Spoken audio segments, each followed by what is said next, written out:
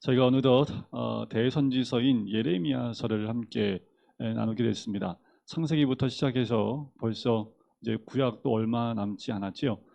대선지서 몇 개 끝나면 이제 12개의 소선지서를 나누면 구약이 마무리가 됩니다. 말씀을 함께 나눌 텐데 먼저 첫 번째 한번 PPT를 보시면 이사야, 예레미야, 에스겔, 다니엘 이 네 명이 대선지자입니다. 분류법은요. 좀 글을 기록을 많이 좀 양이 많은 선지자들을 대선지서로 분류를 합니다.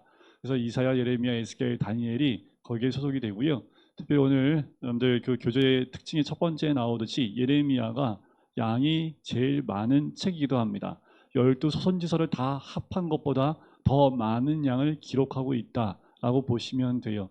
참 이 네 명의 선지자를 통해서 하나님이 특별히 우리에게 주시는 메시지가 좀 남다른데 다음 거를 보면 이사야와 예레미야의 차이점을 좀 간단하게 보시면 좋을 것 같아요. 이사야는 성전을 지키고 하나님만 의지해라. 그러면 구원을 주실 것이다. 라는 것이 주 포인트라면 예레미야는 다 끝났다 이제. 이제 모든 것을 내려놓고 포로로 잡혀가라. 하나님의 이 징계가 있고 난 다음에야 회복이 있다. 라는 이야기를 하는 거죠. 그래서 예레미야가 언제 나오냐 하면 이사야가 순교한 이후에 100년 후에나 예레미야가 등장을 해요. 이전 세대와는 다른 개혁적인 메시지, 전통의 얽매인 자들과 충돌이 발생이 되는 것을 보게 됩니다.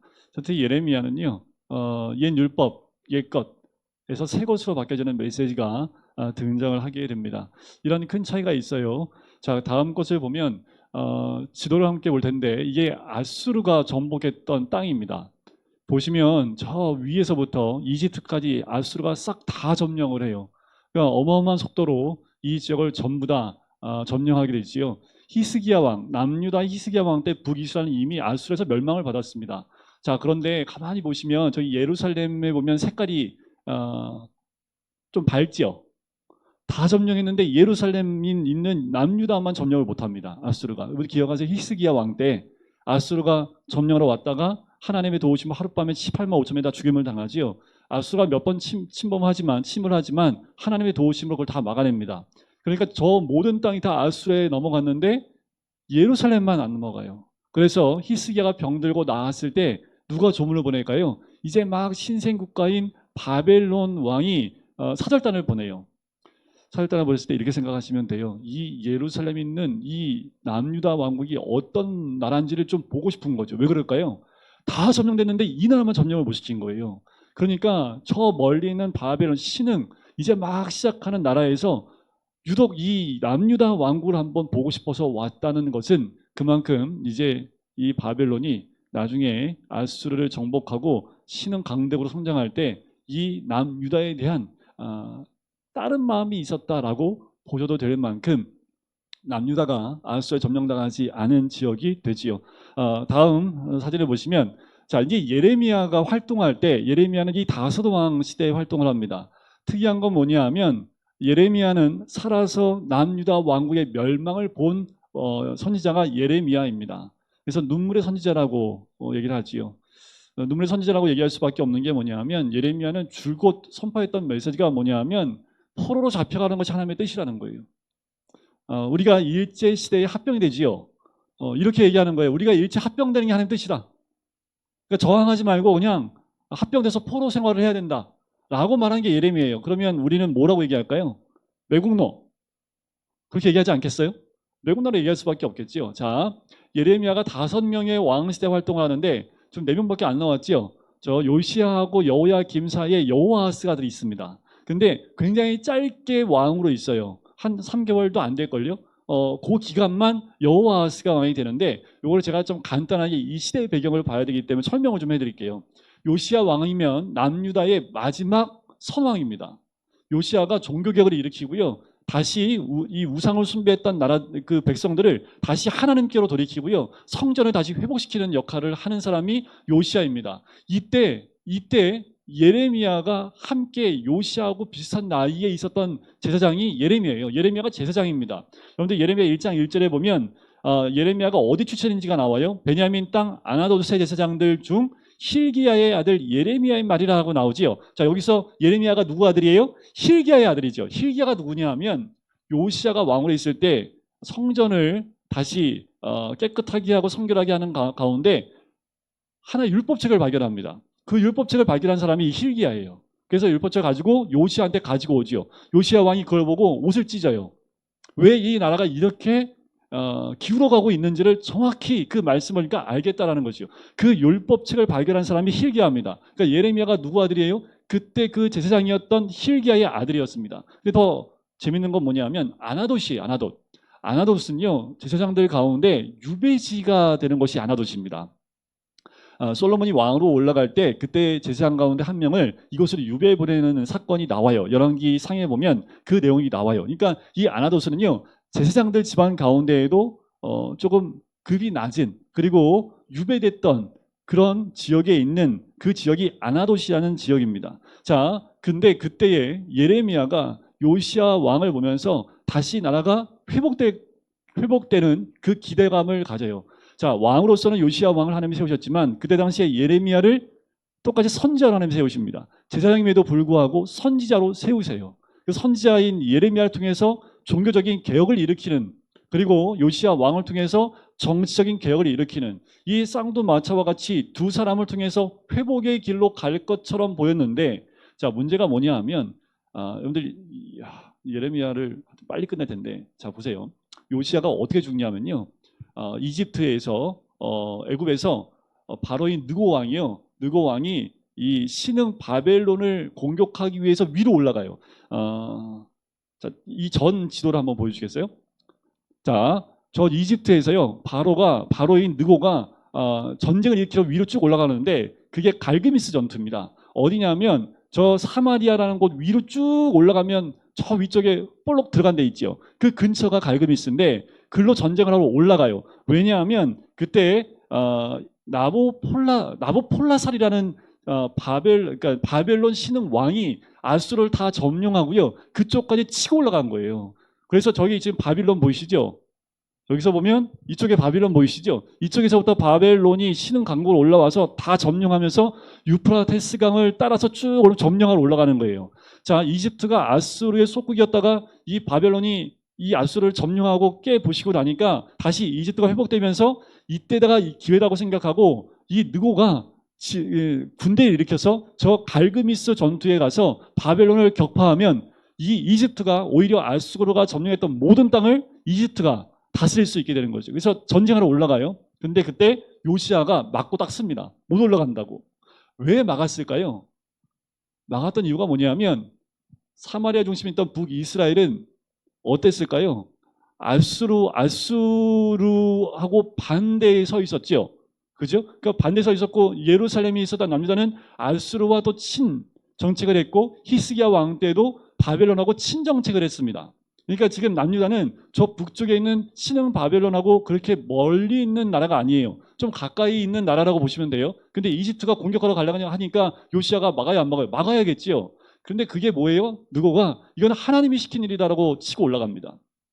이때 요시야가 죽어요.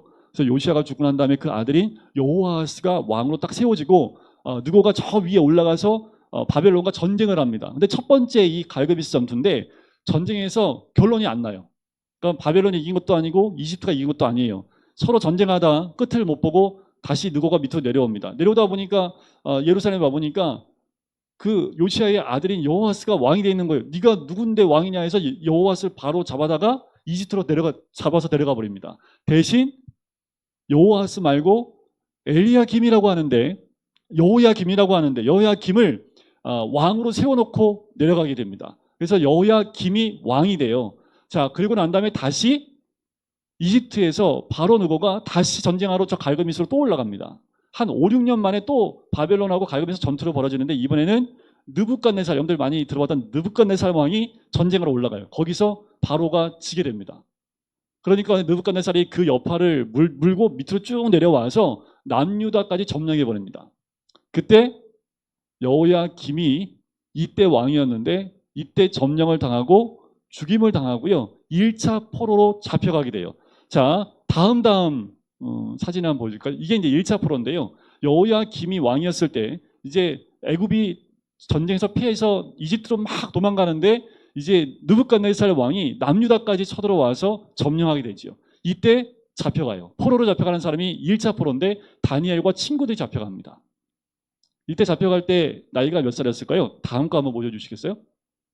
아수르 바벨론 이게 차례대로 제국인데 아수르는요 점령하면 그 땅에 있는 사람들 다 죽이든지 그 땅에 있는 사람들을 송두리째 다 뽑아다가 다른 나라로 이주시켜 버립니다.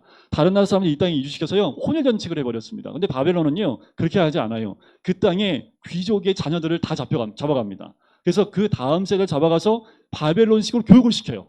그래서 그들이 교육을 다 받으면 다시 그 나라를 다스리게 합니다. 그러니까 거꾸로 그 나라 백성을 가져다가 교육을 시켜서 바벨론화 시켜서 바벨론화 된 그들을 통해서 다시 그 나라를 다스리게 하는 정책을 핀 거예요. 그러니까 다니엘하고 그 친구들이 어렸을 때 잡혀가지요. 근데 한번 생각해 보세요. 다니엘은 누구 때 교육을 받았을까요? 여호아하스는요 왕이 된 지 몇 달 안 돼서 그냥 잡혀가서 죽어버렸습니다. 그러니까 어느 왕 때요? 요시야 왕 때. 요시야 왕 때 율법책을 발견한 요시야 왕이 그것으로 백성을 가르칠 때 그때 말씀으로 훈련된 사람이 누구냐 하면 다니엘과 그 친구들이죠. 자, 그 다음 그 전 거를 다시 보여주세요. 자, 그래서 다니엘과 친구들이 붙잡혀가요. 1차로. 잡혀가고 여호야김이 죽고 여호야긴을 왕으로 세웁니다. 다시 돌아가요. 근데 이제 문제는 뭐냐면 이때 이제 계속 예레미야가 계속 선지자로 있는 거예요. 계속 얘기하는 게 뭐냐면 바벨론의 포로 잡혀가는 걸 하나님의 뜻이라는 겁니다. 이미 너희들은 하나님의 심판이 임했고 너희는 회복할 방법이 없다라고 얘기하면서 계속 심판의 메시지를 예레미야가 선포를 해요. 자, 그 가운데 거짓 선지자들이 나타나서요. 그렇지 않다고 얘기합니다. 그리고 거짓 선지자들이 다 애굽화돼요. 친애굽주의로 갑니다. 그러니까 지금 우리나라 보면 친미냐 친중이냐 막 우리나라에서 막 안에서 지금 뭐 힘 있는 사람들은 친중 쪽으로 막 가려고 하고 우리나라 전통적인 우리 전통적으로 그 6.25 전쟁 이후부터는 계속 우리 모두의 밑바탕은 친미 쪽으로 가잖아요. 미국이 여기 상주하고 있기 때문에 미군이. 자, 이런데 지금 이거하고 비슷한 거예요. 근데 이 거짓 선자들이 바벨론으로 잡혀갔던 사람도 2년 안에 다시 돌아올 거고 바벨론은 곧 끝날 거다. 애굽이 이 모든 땅을 점령할 것이다. 그래서 친애굽으로 돌아섭니다. 그러니까 그 느부갓네살이 가만히 있어요. 다시 침공을 해요. 2차 포로로 다 끌려가는데 이때 여호야긴 왕도 잡아가 버립니다. 그때 잡혀간 선지자가 에스겔이에요. 이때 굉장히 많은 사람들이 포로로 잡혀갑니다. 능력 있는 사람들, 목공, 철공들 여러 가지 능력 있는 사람이 다 잡혀가요. 그리고 여호야긴의 숙부인 시드기야를 마지막 왕으로 세워요. 근데 이 시드기야도 친애굽 정책을 피게 됩니다. 그래서 마지막 3차 포로는요. BC 586년에 느부갓네살이 다시 와서 점령을 하고 완전히 예루살렘을 회파시켜버리고 성전을 다 부셔버립니다. 그때 시드기야는 눈이 뽑혀요. 자기 눈앞에서 자기의 10대인 그 아들들이 다 죽임을 당하고 죽임당한 것을 보게 한 후에 눈을 다 뽑아버립니다. 그리고 포로 잡아가 버려요. 이게 남유다 왕국의 마지막입니다. 이때 사역했던 선지자가 누구라고요? 예레미야라고요. 자, 1차 포로 때 잡아간 사람이 누구라고? 다니엘이라고 그랬죠. 자, 다니엘이 바벨론에 지금 포로로 잡혀가 있어요. 근데 보시면 바벨론 보이시죠? 예레미야는 어디요? 남유다에서 지금 선지자로 활동하고 있죠. 거의 동시대에 다니엘이 바벨론에서도 선지자 노릇하고 있다라고 보시면 됩니다. 예레미야도 여전히 그 역할을 하고 있다라고 보시면 됩니다. 자, 다음 걸 보시면 여호야김이 이제 뒤에도 나오겠지만 36장에 있는 내용인데 뭐냐면 20년 동안 이 예레미야가 예언하고 활동을 하고 난 다음에 그것을 바룩이라는 그 글을 쓰는 사람한테 그 모든 예언을 다 쓰게 합니다. 그래서 그것을 여호야김 왕한테 줬더니 여호야김 왕이 읽고 들은 걸 다 칼로 잘라서 다 불태워버립니다. 근데 이게 만약에 불태우지 않았으면요 예레미야 순서가 이렇게 안 됐을지도 모른대요. 왜냐하면 지금 예레미야를 읽으면 왜 힘드냐 하면 5명의 왕인데 여호아스가 빠지고 4명의 왕의 이름들이 나오는데 막 순서가 뒤죽박죽돼 있어요. 그래서 뭐라고 얘기하냐면 다 불태고 난 다음에 예레미야가 다시 바룩을 불러요. 그리고 야 다시 기억해서 쓰라고 합니다. 초본을 그냥 쭉 받아 적었는데 야 우리 다 불탔으니까 다시 한번 쓰자. 그래서 다시 써요. 근데 첫 번째하고 정확하게 똑같이 못 쓰고 아마 이때 썼을 때 이게 시간 순이 다 엉켜서 사건이 뒤죽박죽 써서 그냥 이렇게 쓰는 데에만 중심을 두었을 것이다 라고 봐요. 그래서 지금 예레미야서를 보면 시간 순으로 되어 있지 않습니다. 시드기야가 갑자기 나왔다가 엘리야김이 나왔다가 막 앞에 갔다 뒤로 갔다 하는 그런 이야기들이 반복해서 나오는 것을 보게 돼요. 자, 중요한 건 뭐냐 하면 예레미야가 이 시간 가운데 계속 외치는 건 뭐냐 하면 포로로 잡혀가는 겁니다. 왜 포로로 잡혀가냐 하면, 자, 그 다음 거 한번 보시겠어요? 요게 이제 2차고 다음 거. 이스라엘의 멸망 원인의 멸망 원인 세 가지 죄를 이 예레미야가 늘 얘기를 합니다. 그게 뭐냐 하면 마지막에 나오는데 우상 숭배, 종교, 형식주의, 정의와 공의의 부재입니다. 이 세 가지예요. 계속해서 지적하는 게 뭐냐면 우상 숭배는 아주 너무 그 이스라엘 백성들 가운데 너무 깊숙하게 들어와 있습니다. 요시야 왕 때, 그 선 왕 때요, 남유다만 개혁한 게 아니라 멸망한 북이스라엘까지 가서 거기에 있는 우상까지 싹 다 제거했어요. 그런데 그러다 보니까 우상들을 제거하니까 그 우상들을 다 어디로 가지고 들어갔냐면 각자 집으로 가지고 들어가 버립니다. 그래서 종교가 형식적이 돼버렸어요. 성전에 와서 예배를 드리는데 보통의 삶으로 돌아가면 우상 숭배하는 것을 그냥 가버립니다. 열심히 하나님도 섬기는데 열심히 우상도 섬겨요. 이 형식주의가 아주 기본이 되어집니다. 그러다 보니까 리더들, 제사장들 이 모두가 다 썩게 되지요. 형식주의로 빠져버리니까 정의와 공의가 부재된 사회가 합니다. 정의와 공의가 부재되면 어떤 일이 벌어지냐 하면 약자층이 있죠. 최약자층이 보호를 못 받아요. 그러니까 괴로움 당하고 착취를 당하는데 어느 누구도 도와주지 못하는 것이에요. 지금 요즘 우리나라하고 좀 비슷한 것 같아서 약한 사람들은 계속 힘들고 어렵고 저 위에 있는 힘 있는 사람들은 잘 사는 것 같고, 그러니까 계속 밑에 있는 사람들이 힘들어지는 거예요. 정의가 사라지고요, 공의가 사라지면 가장 힘든 건 일반 평민들보다 더 못한 힘들고 어려운 약한 사람들이 그만큼 살기가 어려워지는 거죠. 자, 예레미야가 누군지를 한번 볼까요? 예레미야를 보기 전에 예레미야 전체 구조를 한번 보겠습니다. PPT에 보면 예레미야 전체 구조가 있는데 1장부터 25장, 25장부터 45장, 46장부터 51장, 52장 이렇게 구분이 됩니다. 자, 1장부터 45장 전체의 시대는 멸망 이전 시대, 45장부터는 멸망 이후 시대로 나눠져요. 앞부분 45장을 중심으로 앞부분은 유다, 이스라엘의 심판에 대한 메시지라고 한다면 뒷부분은 이스라엘 제외한 이방 민족에 대한 심판의 메시지다라고 보시면 됩니다. 그래서 대사장 보면 유다하고 46장 이후부터는 주변 나라로 나눠지지요. 이게 명확하게 나눠집니다. 자, 말씀을 통해서 그것을 한번 보도록 할게요. 자, 예레미야가 누군가? 요 다음 거 보시면 예레미야의 뜻은요, 하나님이 던지시다, 기초를 놓는다, 세우신다라는 뜻을 가지고 있습니다. 그 이름 안에 예레미야서의 특징을 다 담고 있다라고 보시면 돼요. 자, 하나님의 심판도 있지만 다시 세우신다라는 그 뜻도 있는 것처럼 하나님의 심판과 함께 회복의 메시지도 함께 들어가 있다고 보시면 돼요.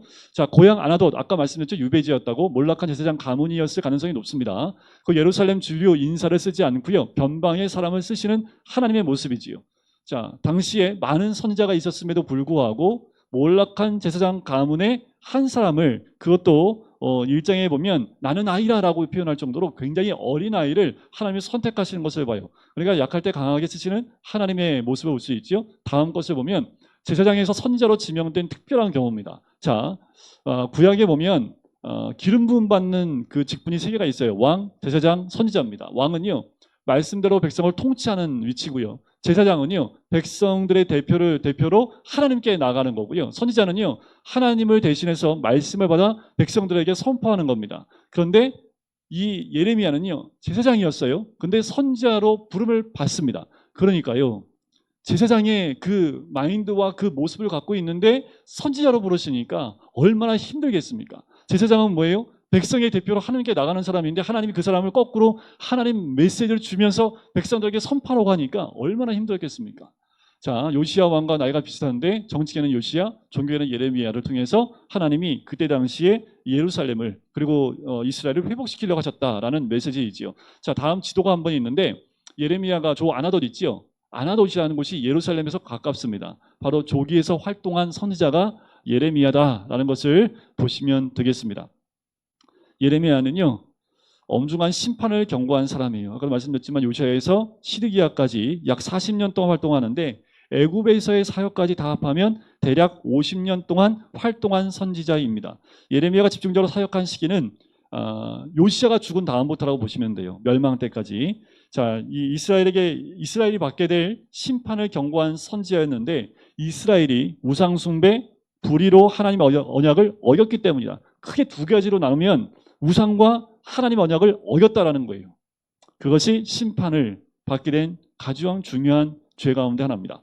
죄였던 유다를 심판하기로 작정했기 때문에 포로 생활을 피할 수 없다는 거예요. 바벨론을 하나님이 쓰신다라는 거지요. 바벨론을 쓰셔서 하나님이 남유다를 심판하기로 작정하셨기 때문에 다 포로로 잡혀가는 게 하나님 뜻이다라는 거예요. 다시 말씀드리면 지금은 심판받는 게 하나님 뜻이야. 그러니까 심판받아야 돼. 포로로 다 잡혀가. 그냥 거기에서 저항하다 죽지 말고 실제로 이 유다 땅에 있는 백성들이 저항을 합니다. 그래서 느부갓네살이 어떻게 하냐면요.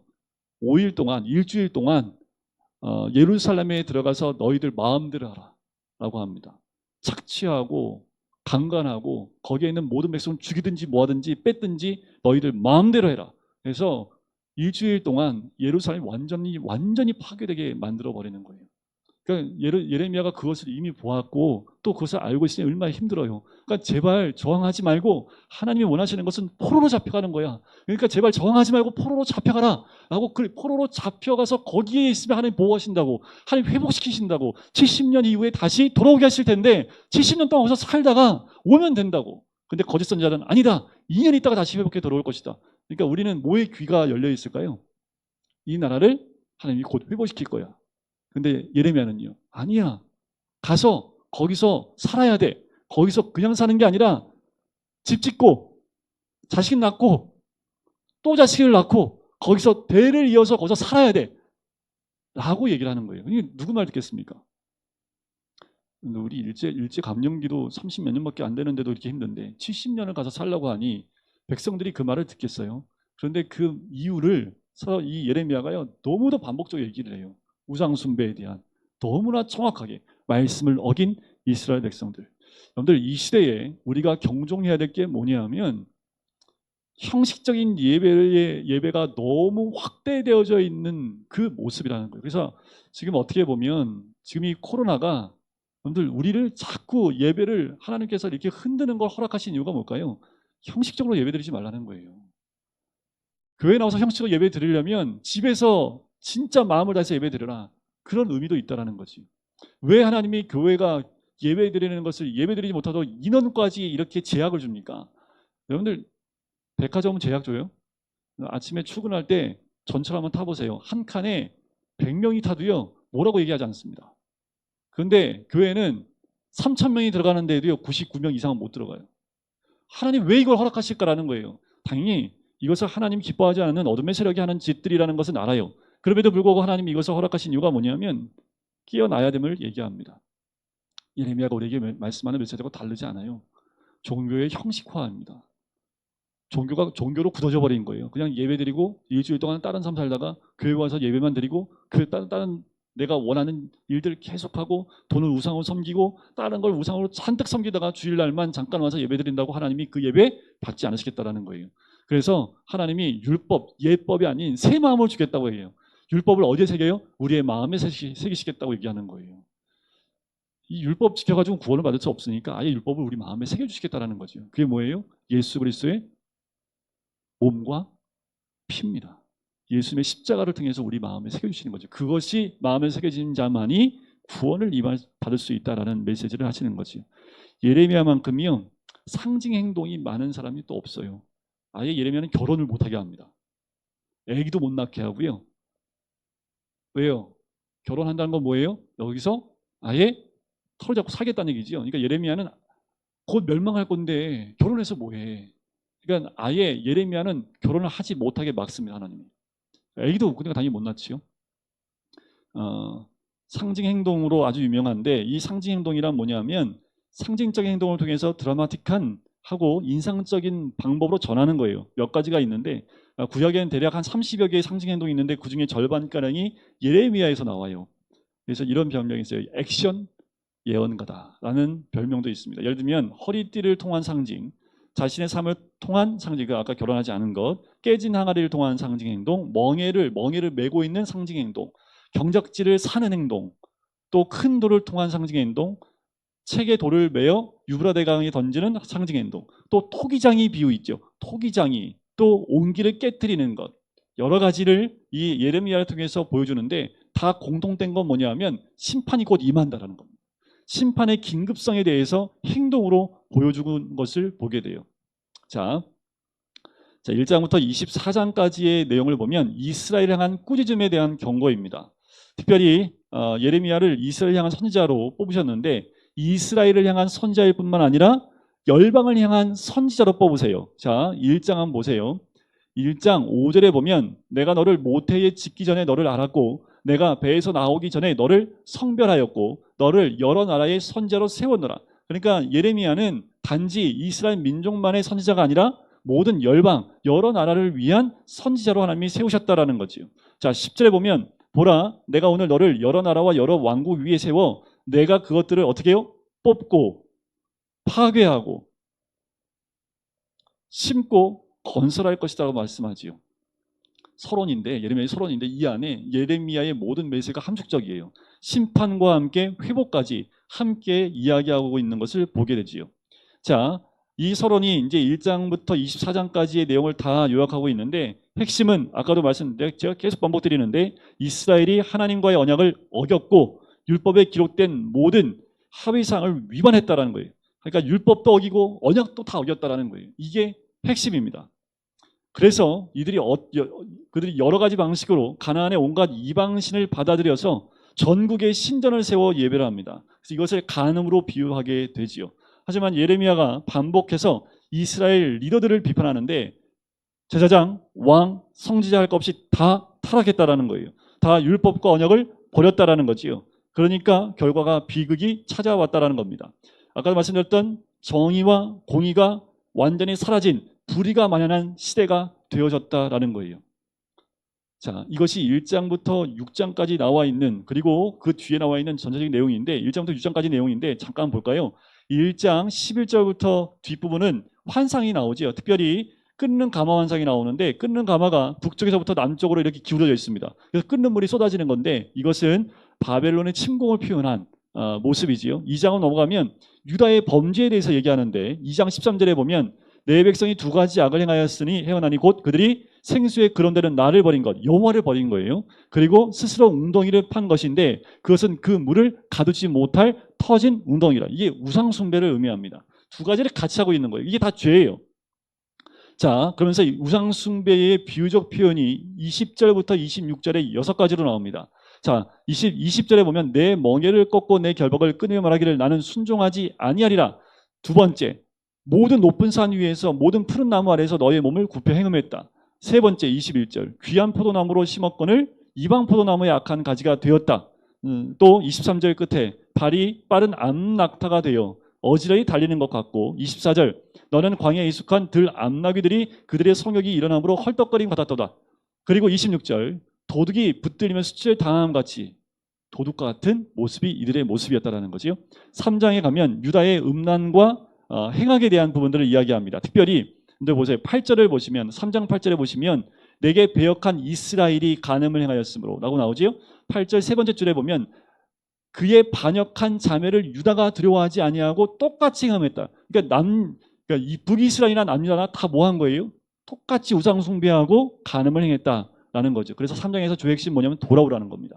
12절 두 번째 줄 보세요. 이스라엘아 돌아오라, 돌아오라, 회개하고 돌아오라 라고 선포하지요. 22절에도 보면 배역한 자식들아 돌아오라 라고 얘기를 합니다. 계속 예레미야가 행음하고 있는, 간음하고 있는 그들을 돌아오라고 얘기하지요. 4장 가운데 가면 이스라엘아 내가 돌아오려거든 내게로 돌아와, 다시 돌아오고 얘기하죠. 하면서 3절에 너희 묵은 땅을 갈고 가시덤불에 파종하지 말라라고 얘기합니다. 묵은 땅이 뭐냐면요, 간단히 설명해 드릴게요. 자, 땅에 지금하고 다르게 그때 당시에는요 인분을 뿌립니다. 그래서 1년이 지나면 이 자양분이 기름으로 표면에 단단하게 맺히게 돼요. 여기에 기름때가 단단하게 표면에 맺히면 아무리 물을 뿌려도 물이 들어가지 않습니다. 그래서 어떻게 해야 되냐면 이거를 꽃갱이로 쳐서 안에 있는 흙과 섞어줘야지 그 흙이 굉장히 좋은 흙이 됩니다. 그래야지 영양분이 들어가고 물도 들어가요. 그러니까 묵은 땅을 기경해야 된다라는 그 말을 하고 있는 거지요. 그러니까 이들의 영적 상태가 뭐라고요? 묵은 땅이에요. 아무리 하나님이 영적인 단비를 내려줘도 뭐예요? 굳어 있으니까 들어가지 않아요. 여러분 이런 마음이 되면 교회 나와 앉아 있어도 아무 소용이 없어요. 지금 이 이스라엘 민족은 하나님 믿는 사람들이잖아요. 그러니까 하나님의 심판이 다가오고 있다라는 거예요. 어떻게 다가오고 있느냐? 7절 사자가 그 수풀에 올라왔다는 거지요. 11절 뜨거운 바람이 광야에서 헐벗은 산에서 내 딸 백성에 불어온다는 거예요. 그렇게 심판이 오는 거예요. 13절 보라 그들이 구름같이 올라오나니 그의 병거는 회오리 바람 같고 하면서 독수리처럼 빠르게 온다라는 겁니다. 22절 내 백성은 나를 알지 못하는 어리석은 자요 지각이 없는 미련한 자식이라. 악을 행하기에는 지각이 있으나 선을 행하기에는 무지하다. 이게 이스라엘과 남유다의 모습이라고 선포하고 있는 거지. 5장에 가서 예레미야 하나님의 음성을 얘기하는데 하나님 뭐라고 하시냐면 1절에 너희가 만일 정의를 행하며 진리를 구하는 자를 한 사람이라도 찾으면 내가 이 성읍을 용서하리라.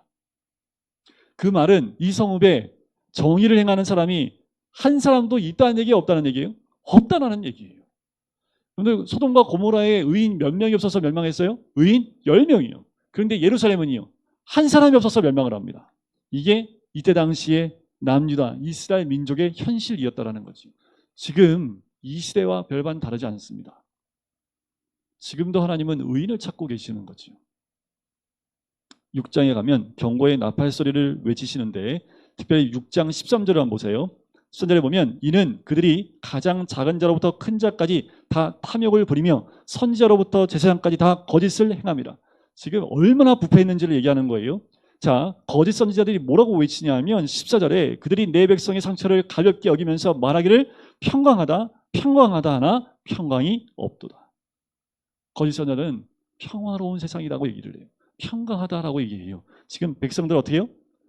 백성의 상처가 있음에도 불구하고 평화롭대요. 이거 말씀을 준비하면서 지금 우리나라가 이거 같지 않나라는 생각이 들어요. 지금 죽겠다고 얘기하는데 저 위에 있는 사람들은 잘 되고 있다고 얘기를 하죠. 이거 왜 이렇게 똑같은지 모르겠어요.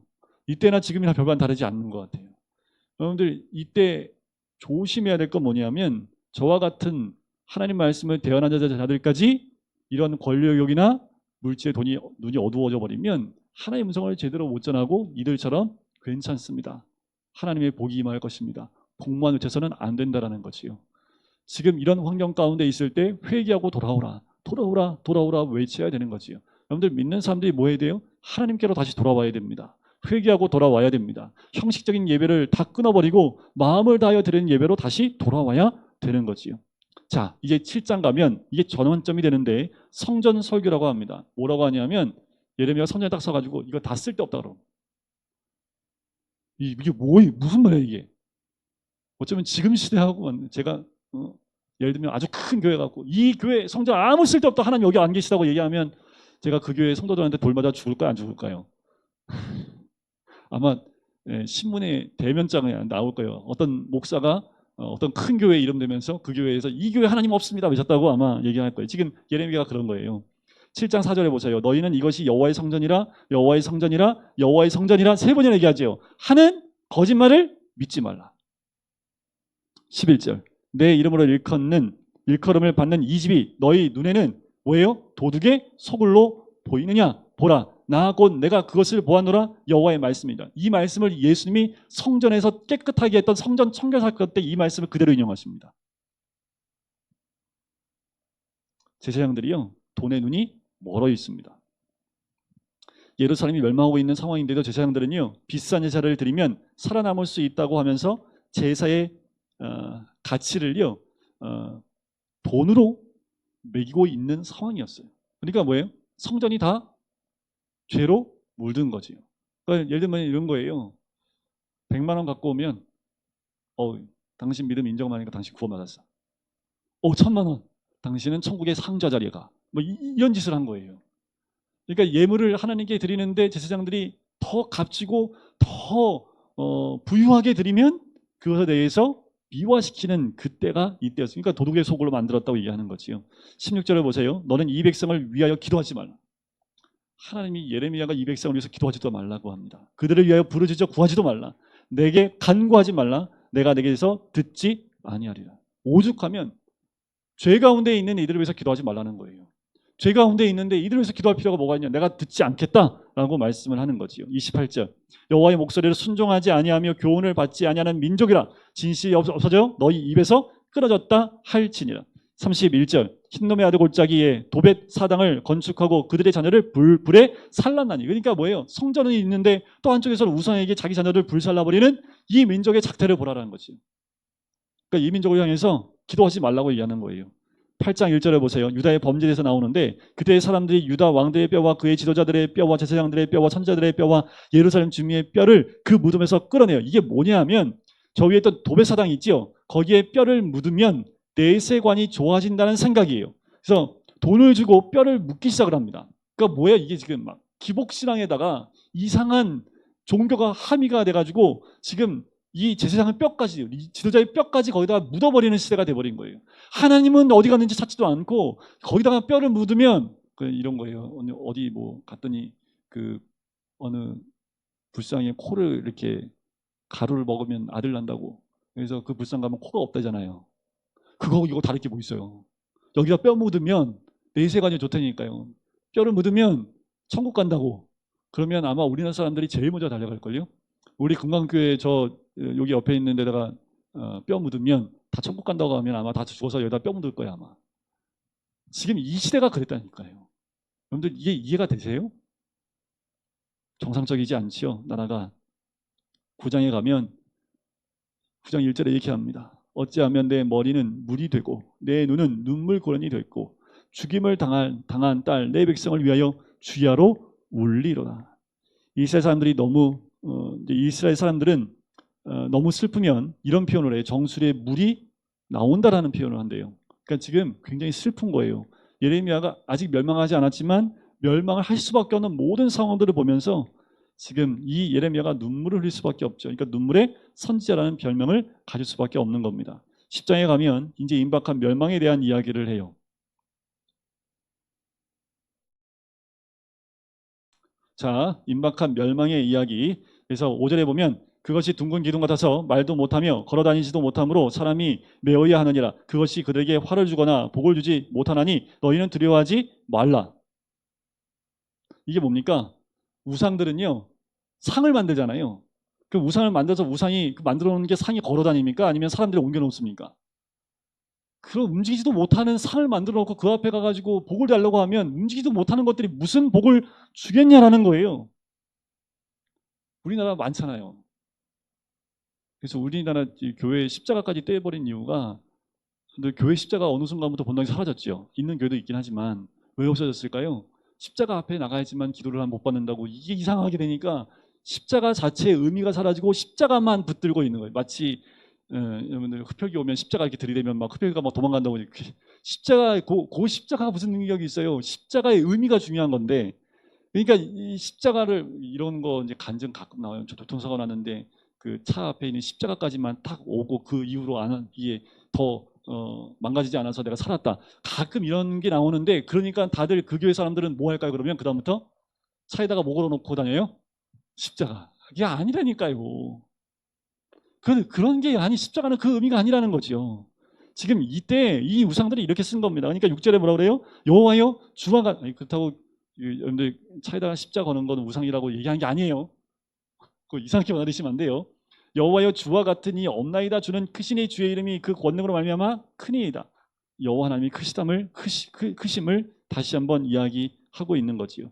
자, 10장 23절에 보면 여호와여 내가 알거니와 사람의 길이 자신에게 있지 아니하니 걸음을 지도함이 걷는 자에게 있지 아니하니이다. 걸음을 인도하신 분이 하나님께 있다라는 거지. 여러분들 이거 믿으셔야 됩니다. 11장은 언약을 파괴하는 이 여호와께서 이루신 언약의 말을 파기하는 이들의 민족입니다. 14절에 보면 그러므로 너는 이 백성을 위하여 기도하지 말라. 또 얘기하지요. 그들을 위하여 부르짖거나 구하지도 말라. 자, 그들이 그 고난으로 말미암아 내게 부르짖을 때에 내가 그들에게서 듣지 아니하리라. 왜냐하면 하나님 언약을 파괴했기 때문에 그래요. 자, 그런데 11장 끝에 보면 아나돗 사람들이 이 예레미야를 죽이려고 꾀를 합니다. 왜 아나돗 사람이면 똑같은 제사장들인데 왜 예레미야를 죽이려고 했냐 하면 이유는 한 가지예요. 뭐냐면 이때 당시에 제사장들이 뭘로 돈을 벌었냐 하면 이런 거예요. 그러니까 이렇게 하면 좀 너무 불경스러울지 모르겠는데 우리 옛날에 보면 구타지요. 그래서 무당도 레벨이 있죠. 작두 타는 무당이 최고 레벨이라면서요. 그 사람은 한 번 부르면 단위가 틀리죠. 우리 성도님 모르시죠? 저도 이제 들은 건데 단위가 달라요. 굉장히 비싸요. 지금 제사장들이 그렇게 불려다니는 거예요. 성전으로 안 가고요. 제사장 성전에 못 가니까 제사장들 불러다가 얼마짜리 이제 이렇게 제사상처럼 이렇게 하나님 앞에 제사장 불러다가 여기다가 상을 차려놓는 거예요. 얼마짜리 하면 이걸로 제사장들이 먹고 살았던 거예요. 그런데 예레미야가 다 우상을 없애버리라고 얘기하니까 지금 제사장들이 할 일이 돈 벌 일이 딱 끊겨버린 거예요. 그러니까 이 아나도 사람들 어떻게 해요? 너 죽여버릴 거야 그러는 거예요. 너 때문에 우리가 다 지금 굶어 죽게 생겼다. 너 죽일 거야 라고 얘기하는 거예요. 웃기지 않습니까? 이런 상황이 됐고요. 결국 이들의 후손들은요. 2차 포로 때 끌려가지 않고 아나도사는 3차 포로 때 거의 전멸되다시피 하게 됩니다. 이 말씀처럼 보면 11장 22절에 보세요. 내가 그들을 벌하리니 청년들은 칼에 죽으며 내 자녀들은 기근에 죽고 남은 자가 없으리라. 실제로 3차 포로 때 3차 공격 때 다 죽게 됩니다. 자, 12장은 예레미야가 항변을 해요. 악한 자가 형통한데 반역한 자가 저렇게 평안한데 그게 무슨 까닭입니까? 라고 항변을 합니다. 하지만 하나님께서 악한 자에 대한 심판에 대한 메시지를 다시 한번 정확하게 말씀하십니다. 13장에 가면 유라된 강에 가서 바위 틈에 무엇을 감추라? 허리띠를 감추라 라고 얘기를 합니다. 그건 뭐냐 하면 9절에 답이 나와요. 내가 유다의 교만과 예루살렘의 큰 교만을 이같이 썩게 하겠다라는 거예요. 그래서 행위, 상징, 행동으로 그 말씀을 전하는 것을 보지요. 14장은 가뭄에 대해서 예레미야에게 임한 하나님 메시지를 14장에서 선포를 합니다. 특별히 11절에 보세요. 14장 11절에 보면 너는 이 백성을 위하여 복을 구하지 말라. 계속 구하지 말라고 하죠. 기도도 하지 말라, 복도 구하지 말라, 하지 말라 그러지요. 그들이 금식할지라도 내가 그 부르짖음을 듣지 아니하겠고 번제와 서제를 드릴지라도 내가 그것을 받지 아니할 뿐 아니라 칼과 기근과 전염병으로 내가 그들을 멸하리라. 여러분, 전염병이 올 때 깨어 있어야 될 이유가 여기 있습니다. 15장은 네 가지로 백성을 벌하겠다는 거지요. 3절에 나옵니다. 죽이는 칼, 찢는 개, 삼켜 멸하는 공중의 새, 땅의 짐승. 하나님이 벌을 내리시겠다라고 말씀을 합니다. 16장에서는 아까 말씀드렸던 예레미야한테 16장 2절 아내를 맞이하지 말며 자녀를 두지 말지니라. 그리고 뭐 하냐면 5절에 보면 초상집에도 들어가지 말라. 가서 통곡도 하지 말라. 8절에 보면 잔치집에도 들어가지 말라. 그리고 함께 앉아 먹거나 마시지도 말라. 근데 인간관계에서 초상집에 안 가면 인간관계 다 깨지죠. 잔치집에 초청받았는데 안 가면 어떻게 해요? 그런데 이 예레미야가 40년 동안 활동하면서 가지 않습니다. 하나님 못 가게 해요. 17장은 1절에 이렇게 나옵니다. 유다의 죄, 금강석 끝 철필로 기록되되. 그 말은 뭐예요? 지워지지 않습니다. 이거는. 자, 토판이 있고 양피지가 있고 석판이 있는데요. 토판은 왕이 이야기하면 서기관이 흙에다가 막 써요. 양피지는 왕의 말이 끝나면 토판에 적힌 것을 내용으로 옮겨 적습니다. 양피지는 두루마리가 되는 거니까 공식 문서가 돼요. 근데 석판은요. 왕의 특별 명령이나 또는 영구적인 목적으로 말을 하게 됐을 때 적는 겁니다. 그러니까 뭐예요? 금강석 끝 철필은 뭐예요? 그들의 죄를 영원히 기억해 놓겠다라는 거예요. 그들의 마음판과 그들의 제단뿔에 새겨 놓겠다라고 얘기하는 거죠. 그래서 9절에 보면 만물보다 거짓되고 심히 부패하는 것은 마음이라. 누가 능히 이를 알리오마는 나 여호와는 심장을 살피며 폐부를 시험하고 각각 그의 행위와 그의 행실대로 보응하나니 불의로 치부하는 자는 자고새가 낳지 아니한 알을 품음 같아서 그의 중년에 그것이 떠나겠고 마침내 어리석은 자가 되리라. 18장과 19장은 토기장의 비유와 옹기를 깨뜨리는 비유를 깨진 옹기 비유를 합니다. 이 비유는 두 가지예요. 토기장의 비유는 하나님의 주권이고요. 깨진 옹기는 교만에 대한 하나님의 메시지가 19장의 깨진 옹기에 대한 메시지입니다. 20장은 바수울이 이 예레미야를 박해하는 내용이 나와요. 이 거짓 선지자거든요. 바수울이. 그래서 박해하는 내용이 나옵니다. 그 중에 9절을 보세요. 아예 바수울이 예레미야로 하여금 선포하지 못하게 합니다. 어떻게 선포하지 못하게 하냐면 2절에 보면 20장 2절의 두 번째 줄에 보면 베냐민 문 위층에 목에 씌우는 나무 고랑으로 채워둡니다. 그랬더니 예레미야가 9절에 뭐라고 하냐면 내가 다시는 여호와를 선포하지 아니하며 그의 이름으로 말하지 아니하리라 하면 나의 마음이 불붙는 것 같아서 골수에 사무치니 답답하여 견딜 수 없나이다. 하고 싶지 않아 예레미야도. 그런데 어떻게 해요? 안 하면 죽겠는 거예요. 막 답답하고 막 가슴이 답답하고 막 골수에 사무치는 것처럼 막 몸이 견딜 수 없는 거예요. 그러니까 이 말을 할 수밖에 없어요.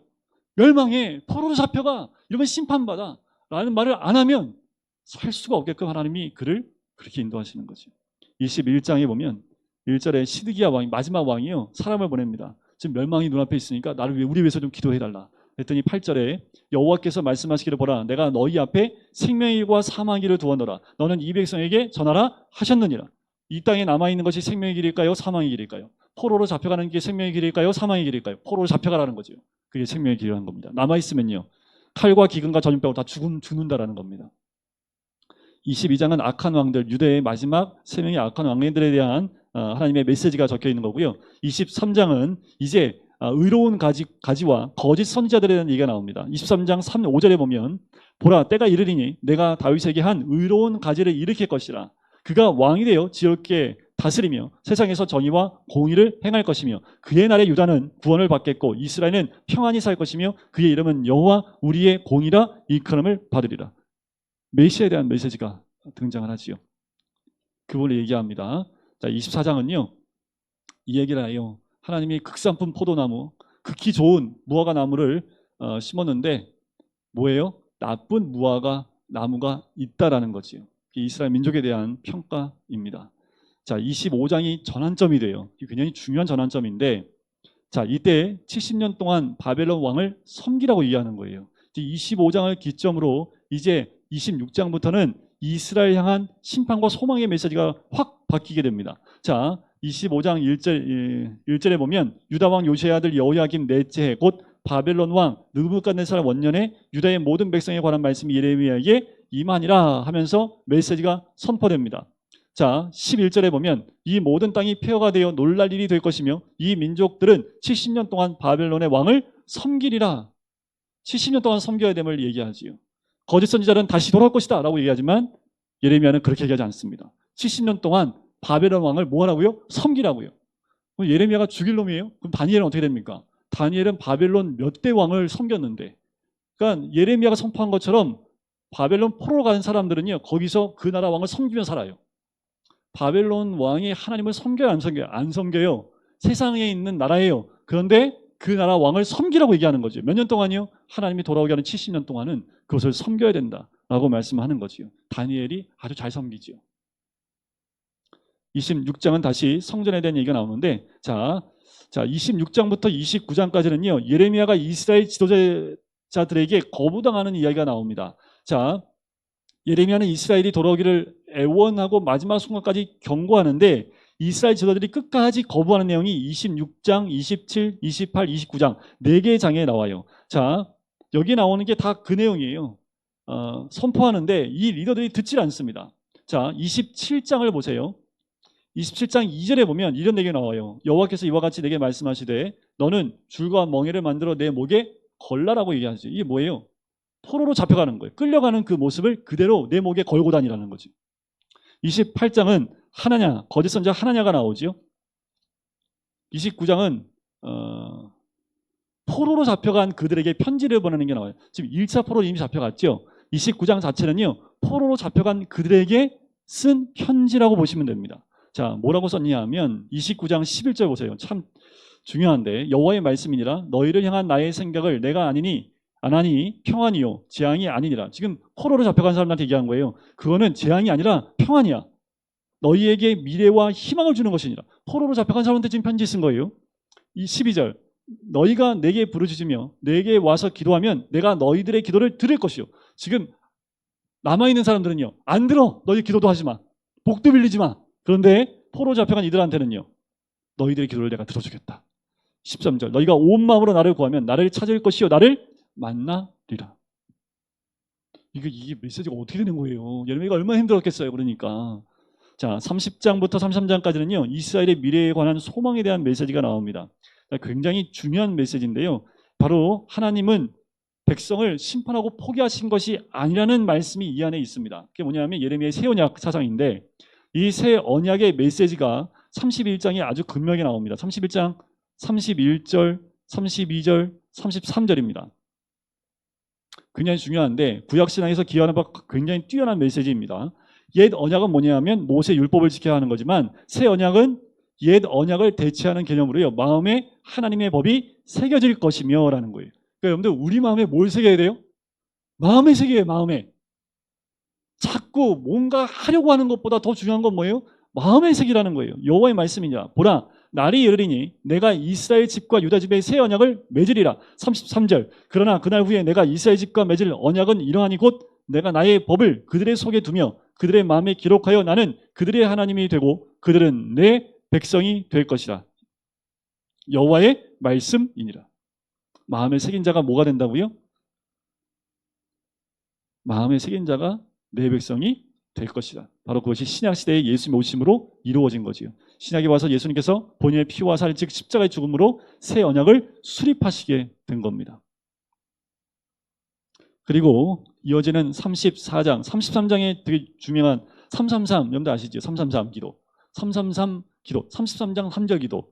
너는 내게 부르짖으라 내가 내게 응답하겠고 내가 알지 못하고 크고 은밀한 일을 내게 보이리라. 이게 333 기도입니다. 근데 이게 뭐예요? 하나님이 새 마음을 가진 자들에 대한 말씀이죠. 그러니까 이 말씀을 마음에 새길 필요가 있겠죠. 새 마음을 가진 우리에게는 꼭 필요한 말씀입니다. 그리고 34장부터 45장까지는요. 예루살렘 포위와 멸망에 대한 메시지가 그 내용이 쭉 나옵니다. 34장은 시드기야 왕에 대한 경고가 나오고요. 35장은요. 레갑자 족속에 대한 그 가운데 하나님이 보호하시는 족속이 35장에 잠깐 나오고 36장에 여기서는 이제 아까 말씀드렸던 불탄 두루마리 여호야김 왕이 예레미야가 썼던 바룩을 통해서 썼던 그 글을 다 불로 태웠던 그 장이 36장입니다. 그리고 나중에 다시 말씀을 다시 쓰게 되지요. 그게 36장의 내용이에요. 37장은 예레미야가 웅덩이에 던져지게 됩니다. 더 이상 예언하지 못하도록 웅덩이에 던져지게 돼요. 38장에는 다시 그를 구출하는 세력이 있었고요. 그리고 39장에서는 예루살렘이 마지막으로 함락이 되는 겁니다. 시드기야 왕 때에 함락이 돼요. 그리고 함락된 이후에 40장에는 총독 이게 지금 열왕기 하 25장에 나와 있는 내용들 그 내용이 그대로 여기에 그대로 적혀 있다고 보시면 돼요. 자, 그러면 넘어가서 이제 45장까지 그 내용이 연결이 됩니다. 그리고 이제 46장으로 넘어갈까요? 계속해서 45장까지 이제 모든 것이 다 끝나고 이제 46장부터는 열국 심판이 나옵니다. 너무 간단해요. 이제 하나님께서 이 열방을 다 심판하겠다라고 말씀하시는 거예요. 자, 그 심판하는 왕, 그 나라가 어떤 나라인지 46장에는 애굽이 나오죠. 애굽을 하나님 심판하시고 47장에는 블레셋, 48장에는 모압, 49장에 가면 암몬, 그리고 49장 7절에 가면 에돔, 그리고 뒤에 다메섹, 하솔, 예루살렘 주변에 있는 엘람까지 해서 그 주변의 모든 나라들을 다 하나님이 심판하십니다. 더 나아가서 누구까지 심판하시냐면 50장에 가면 바벨론이 받을 심판에 대해서 말씀하십니다. 바벨론으로 다 심판을 했는데 결국 바벨론도 심판을 받는다라고 하나님 말씀을 하시는 거예요. 놀라운 거지요. 하나님의 공의를 실현하기 위해서 이 민족을 사용하셨지만 그들의 폭력과 우상 숭배를 인정하지는 않는다라는 거예요. 역사적으로 하나님이 쓰시는 세상에 막대기가 있습니다. 하지만 그 막대기는 결국 하나님의 공의를 위하여 실현하는 데 사용되지만 그들의 폭력과 우상 숭배는 하나님이 인정하지 않지요. 즉 바벨론 역시 하나님의 공의로 심판받게 될 것입니다. 예레미야는 또한 이 민족의 교만과 불의를 비난하게 되지요. 결국 바벨론은 멸망합니다. 페르시아에 의해서 바사 왕국이라고 보통 얘기를 하죠. 성경에는 그 페르시아에 의해서 멸망을 당하게 되는 것이 50장, 51장의 바벨론 심판에 대한 메시지입니다. 자, 이제 마지막 장을 볼까요? 마지막 장은 이제 열왕기하 25장 끝부분에 나오는 내용인데요.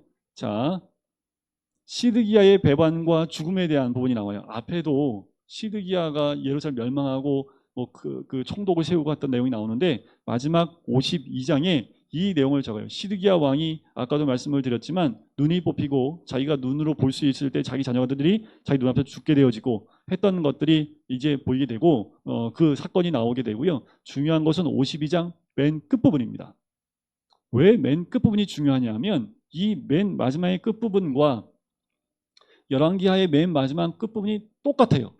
그런데 굉장히 아주 흥미로운 사건으로 마무리가 됩니다. 그런데 이것이 이스라엘 민족의 회복에 아주 작은 빛을 던져주면서 예레미야가 끝나요. 그게 뭐냐 하면 바벨론 포로로 잡혀갔던 여호야긴이 있습니다. 여호야긴이 사로잡혀간 지 37년 만에 바벨론의 에월 무로닥 왕이 즉위 원년에 그 여호야긴을 다시 감옥에서 끌어내서 왕의 머리를 들어주게 됩니다. 그리고 32절 마지막 장 32절에 보면 그에게 친절하게 말하고 그의 자리를 그와 함께 바벨론에 있는 왕들의 자리보다 높여버려요. 이유는 모르겠어요. 근데 하나님의 섭리 가운데 감옥에 그냥 포로로 잡혀서 감옥에 37년 있었던 그 이스라엘 왕을 다시 회복시켜서 바벨론의 다른 왕들보다 위에 두어요. 그리고 죄수의 유복을 갈아입히고 그의 평생 동안 항상 왕의 앞에서 먹게 하였으며 그가 날마다 쓸 것을 바벨론 왕에서 받는 정량이 있었고 죽는 날까지 곧 종신토록 받았더라. 자, 이 메시지를 통해서 이스라엘이 회복될 것을 우리에게 보여주고 있는 아주 작은 사건인데 이것을 통해서 소망의 빛을 보여주고 있는 거지요. 마치 아까 봤던 30장 33장까지 그 새 마음에 대한 그 메시지가 나온 예레미야의 소망의 약속을 기억나게 하는 아주 작은 불빛이라는 거죠. 하나님은 그의 백성을 버리지 않으셨고 다윗의 가문에서 오실 메시아 약속도 잊지 않으셨다라는 거예요. 뜬금없는 이야기인데 이 책의 대부분이 경고와 심판으로 가르쳐 있지만 마지막엔 미래에 대한 소망으로 끝이 나는 책이 이 예레미야서입니다. 예레미야서를 하나하나 뚫어보면 정말 예레미야 마음이 무너질 수밖에 없는 책입니다. 울 수밖에 없어요. 그런데 그 가운데에도 하나님이 회복시킨다는 그 소망의 메시지가 있어요. 결국 신약시대에 왔을 때 이 메시지는 이루어지게 되는 거지요. 새 마음을 얻는 것, 우리 마음에 마음에 새겨지는 것, 이것이 그 어느 것보다 중요한 줄 믿습니다. 예레미야를 준비하면서 지금 이 시대에 너무 똑같지 않나라는 생각이 들어요. 너무 무서울 정도로 똑같아요. 우리가 이 말씀을 보면서 예레미야의 음성을 들어야 합니다. 형식화되어지고 우상 숭배하는 이런 이스라엘 민족이 어쩌면 교회 다니고 있는 우리의 모습이지 않을까라는 거예요. 여러분들, 우리의 신앙은요 굳어져 있으면 안 됩니다. 다시 주님 앞에 돌아와야 되지요. 돌아오라. 방법이 그거밖에 없어요. 세상에서 잘 나가는 거요 한순간에 다 무너져 버립니다. 이럴 때일수록 더 진정한 예배로 마음 중심에 말씀을 새기고 사는 것이 그 어느 때보다 중요한 시기입니다. 우리 기도하고 마치도록 하겠습니다. 사랑해 주님 감사합니다. 예레미야의 말씀을 통해서 그가 민족을 끌어안고 하나님의 그 심판의 메시지를 선포하지만 그 마음의 괴로움과 아픔 가운데 아버지 하나님, 그가 선포하는 메시지는 이스라엘 민족의 심판이요 멸망이요 포로로 잡혀가는 것이었습니다. 하지만 진정한 축복은 포로로 잡혀가는 것에 있었고 그것을 통해서 하나님이 또한 메시아의 대를 이어가시는 하나님의 크신 섭리와 그 은혜를 보게 됩니다. 하나님, 우리의 삶 가운데 이스라엘 민족처럼 하나님을 섬긴다 하면서 종교화되어진 그 섬김이 아니게 하여 인도해 주시고 우상을 숭배하는 것이 아니라 온전히 하나님을 섬기며 말씀을 파괴하고 언약을 깨뜨려버리는 인생이 아니라 말씀을 붙들고 씨름하며 말씀대로 살기를 소원하는 우리가 될 수 있도록 축복하여 주시옵소서. 감사드리며 예수 그리스도의 이름으로 기도드립니다. 아멘.